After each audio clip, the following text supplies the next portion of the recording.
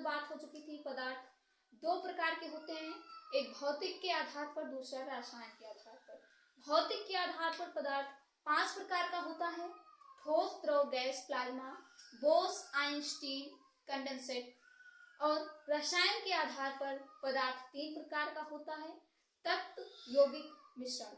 तत्व 2 प्रकार के होते हैं, तत्व 3 प्रकार के होते हैं, धातु, उपधातु, अधातु। यौगिक 2 प्रकार के होते हैं, कार्बनिक, अकार्बनिक। मिश्रण 2 प्रकार के होते हैं, समांग मिश्रण, विषमांग मिश्रण। इतनी जानकारी हम कल ले चुके थे। इसके साथ साथ थोड़ी सी जानकारी हम इसके बारे में भी ले चुके थे कि ठोस क्या होता है, द्रव क्या होता है, गैस क्या होता है। ठोस क्या होता है, जिनमें आयतन एवं भार होता है, वह ठोस कहलाता है। द्रव जिसमें आयतन तो होता है लेकिन आकार निश्चित नहीं होता, वह द्रव कहलाता है। जिसमें आयतन और आकार दोनों ही अनिश्चित होता है, वह गैस कहलाती है। इसके बाद हम बात करते हैं कि त्रिक बिंदु। त्रिक बिंदु क्या होता है, जहां पे बेटा त्रिक बिंदु होता है वो एक ऐसा तापमान होता है, त्रिक बिंदु एक ऐसा तापमान होता है जिस पर ठोस, द्रव, गैस तीनों अवस्थाएं एक साथ पाई जाती हैं। जैसे ये आपको हम दिखा रहे हैं कि बर्फ ठोस क्या है, बर्फ ठोस है, जल द्रव है, गैस वाष्प है। बर्फ ठोस होती है, जब बर्फ को गर्म किया जाता है तो वो जल बन जाता है, जब बर्फ को गर्म करते हैं तब जल बन जाता है, और जल को गर्म करते हैं तो वाष्प बन जाता है। और इसी प्रकार से जब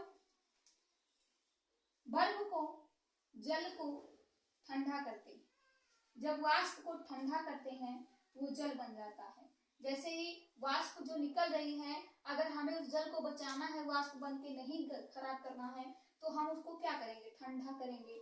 जब हम पानी को ठंडा कर देंगे तो वाष्प ना बन करके फिर से वो जल बन जाएगा, और जल को हम और ठंडा करेंगे तब जैसे फ्रिज में रखेंगे तो क्या बन जाएगा, बर्फ बन जाएगा।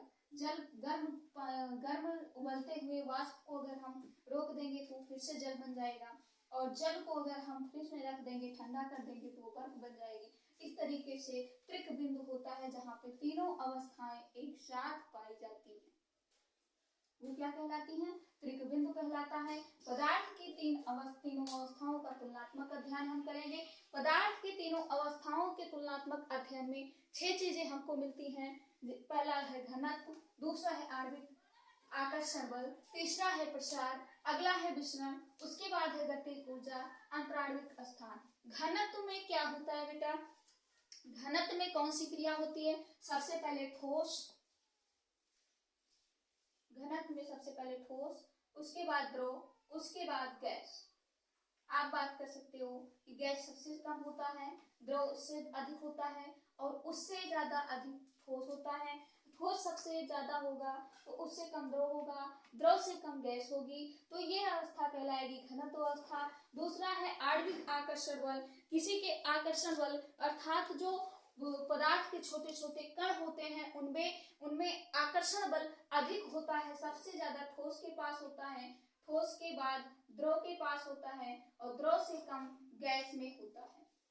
अर्थात जो ठोस होगा बेटा, जो क्रिस्टलीय ठोस होगा उसमें पास पास उसके कण होंगे, जो द्रव होगा उसमें दूर दूर होंगे, जो गैस होगा उसमें ऊपर वाष्प में निकल जाएंगे, उसमें आकर्षण बल कम हो पाएगा, उसमें आकर्षण बल नहीं हो पाएगा।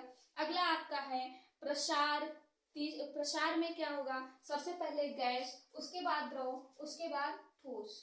सबसे पहले गैस, उसके बाद द्रव, उसके बाद ठोस। इसमें ऐसी प्रक्रियाएं होंगी जो सबसे पहले गैस होंगी, अर्थात जो आप चावल बनाते समय क्या करते हो कि चावल को जब गैस पे उबलने के लिए छोड़ते हो तो वहां पे सारा पानी चावल में थोड़ा सा आकर्षण कर लेता है। चावल और पानी जब आकर्षण कर लेता है तब गैस बन जाता है, और उसकी जो मध्य अवस्था होती है वो द्रव कहलाती है, और जब चावल पूरी तरीके से भाप के रूप में बन जाता है तो गैस कहलाता है। इस प्रकार से विसरण की अवस्था आती है। विसरण में क्या होता है बेटा, कोई बताएगा विसरण में क्या होता है? विसरण में भी सेम यही अवस्थाएं होती हैं। सबसे पहले गैस होती है, उसके बाद द्रव होता है, उसके बाद ठोस होता है। गैस क्या करता है, गैस पहले विसरण में होता है छोड़ना। विसरण में जब गैस पे उबालते हैं चावल को तो जो पानी होता है, जो वाष्प होता है, जब वो वाष्प बन के निकल जाता है और जो मध्य अवस्था बनती है द्रव की, जब वो अपना पानी चावल में कन्वर्ट कर लेता है, उसके साथ आणविक बल, आकर्षण बल अत्यधिक कर लेता है, तब वो ठोस बन जाता है। इस तरीके से प्रसार और विसरण हो गया, जो दोनों की एक ही अवस्थाएं हैं। अगला आपका आता है गतिज ऊर्जा। गतिज ऊर्जा में भी यही बातें आती है बेटा। सबसे पहले आता है आपका गैस, उसके बाद आता है द्रव, उसके बाद आता है ठोस। ये बात हमने बता चुकी है, अब बार बार एक बात को नहीं बताया जाएगा। आप इतना समझ चुके हो कि गैस द्रव ठोस की क्रियाएं कैसे होती हैं। अगला आपका आता है अंतराणविक स्थान। अंतराणविक स्थान कैसे घेरता है, तो इसमें भी सेम वही कंडीशन होता है। सबसे पहले गैस, फिर द्रव, फिर ठोस। सबसे पहले होता है आपका गैस, उसके बाद होता है द्रव, उसके बाद होता है ठोस। अब ये हम आपको पढ़ाएंगे नहीं, क्योंकि ये अभी अभी हमने पढ़ाया, आपको प्रसार में पढ़ाया, विसरण में पढ़ाया। अर्थात घनत्व और आणविक का जो है एक जैसा होगा प्रक्रिया, और प्रसार से विसरण तक एक जैसी प्रक्रिया होती है। ये तीनों अवस्थाओं के, पदार्थ के तीनों अवस्थाओं के तुलनात्मक अध्ययन है कि सबसे ज्यादा घनत्व में सबसे पहले ठोस आएगा, सबसे ज्यादा ठोस होगा, ठोस से कम द्रव होगा, द्रव से कम गैस होगी। लेकिन ये दो ही कंडीशन में होगा, घनत्व में होगा, आणविक आकर्षण बल में होगा। बात करें प्रसार, विसरण, गतिज ऊर्जा और अंतराणविक स्थान की, तो इसमें सबसे पहले आपका गैस होगा जो अत्यधिक लगेगा, उसके बाद द्रव होगा जो उससे कम लगेगी, उसके बाद ठोस पदार्थ निकलेगा जो सबसे कम होगा लेकिन सबसे ज्यादा ठोस होगा, सबसे ज्यादा मजबूत होगा।